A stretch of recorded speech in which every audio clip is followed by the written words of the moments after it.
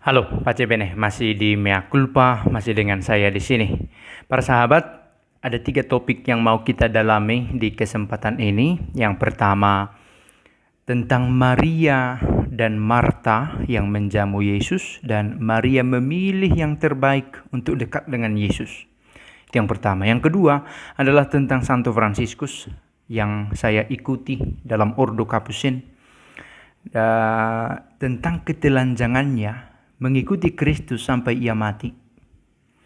Oke, itu yang kedua. Dan yang ketiga akan saya beritahukan nanti. Sebelumnya saya mau katakan video ini akan saya upload juga dalam rupa suara di channel Menorsum. Jadi para penonton yang ada di Menorsum, selamat mendengarkan suara ini juga. Foto akan dibuat sebagai thumbnail, tetapi tidak ada videonya. Oke, kita mau berbicara tentang 3 hal tadi ya. Tentang Maria, Marta. Yesus datang ke rumah mereka. Marta memilih untuk mengerjakan banyak hal, sementara Maria memilih untuk duduk di dekatnya. Lalu Marta berkata, "Yesus, bagaimana kamu biarkankah aku bekerja sendirian?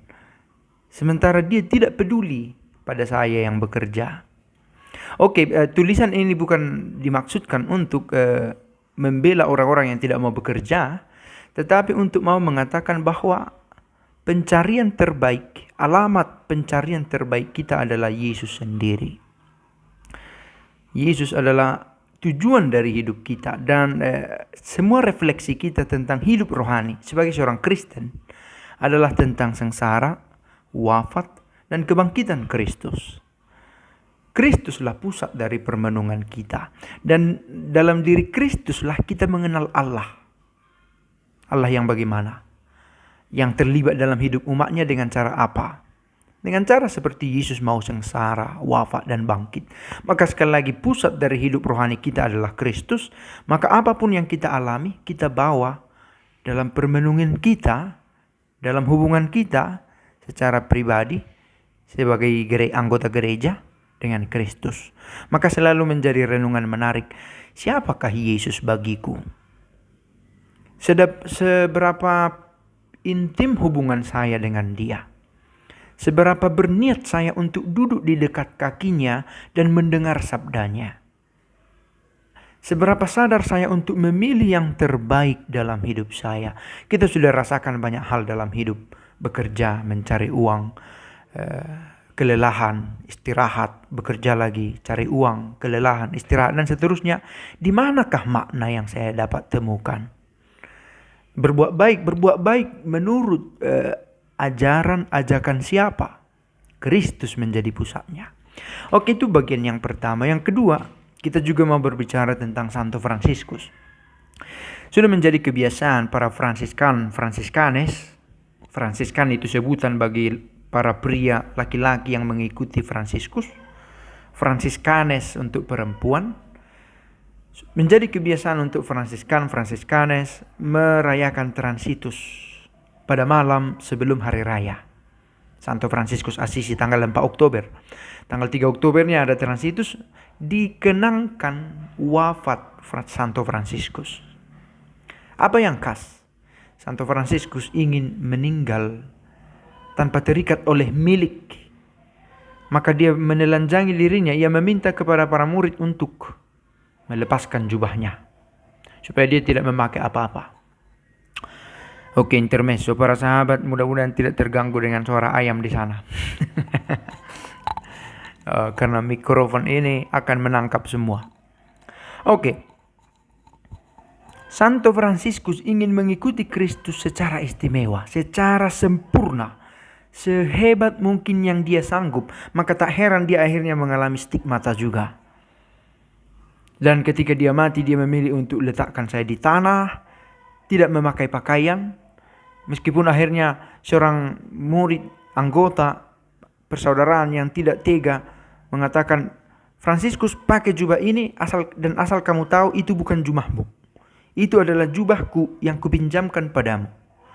Maka dalam situasi itulah Fransiskus mau memakai, karena dia tahu jubah itu dipinjamkan, bukan miliknya.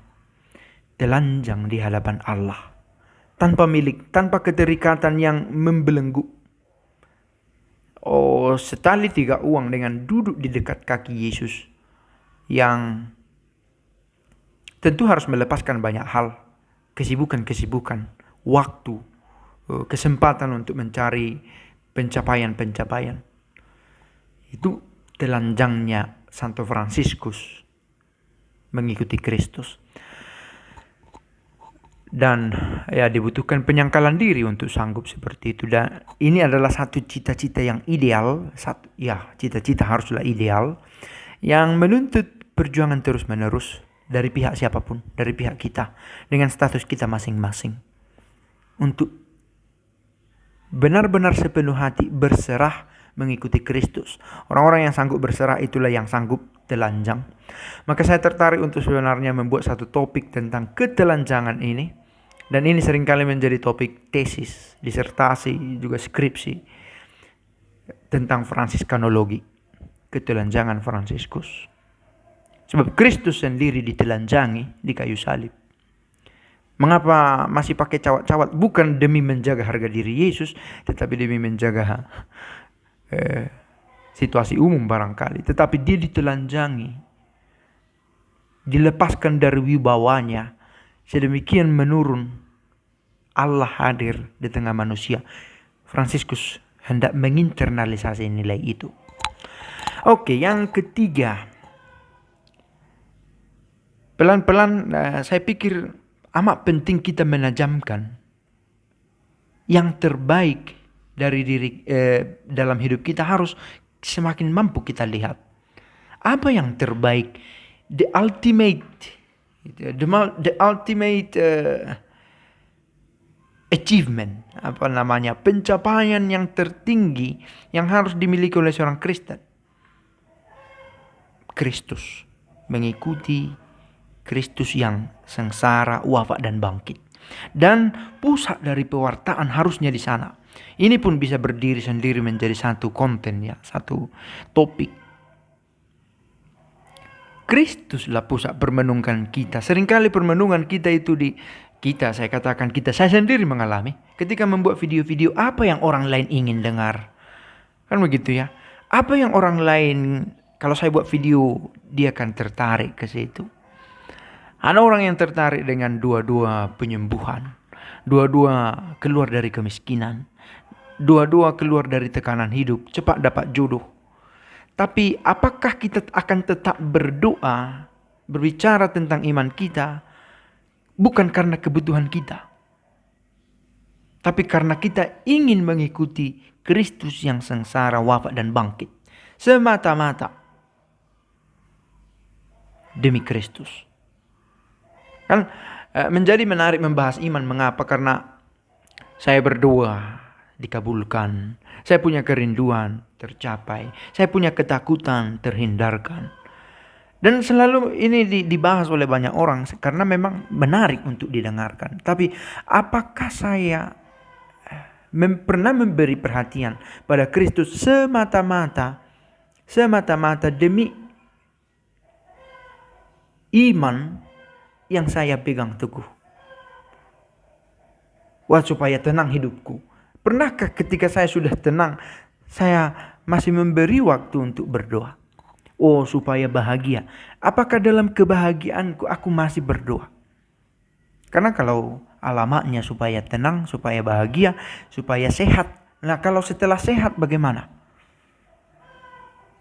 Maka pusat dari nilai kekristenan yang kita bawa, kita dalami adalah sengsara, wafat dan Kristus. Dan kita bawa kemanapun kita pergi.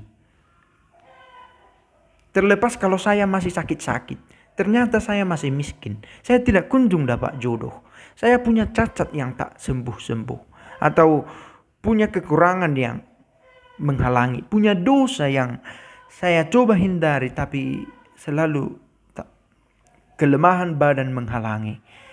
Saya tetap memusatkan perhatian pada sengsara, wafat dan kebangkitan Kristus. Sebuah cita-cita saya pikir, dan ini menuntut perjuangan. Sekali lagi, ada banyak kebutuhan kita yang ingin kita penuhi, tetapi seraya memenuhi kebutuhan toh kita menyadari kita ini terarah pada pencarian terbaik dalam hidup kita. Oke, semoga video ini berguna dan salam jumpa di kesempatan lain. Sehat-sehat kita, berbahagia di hidup kita, apapun yang kita lakukan. Tuhan memberkati dan sebisa mungkin kita menyesuaikan keinginan kita dengan yang Kristus inginkan untuk kita lakukan. Pace e bene.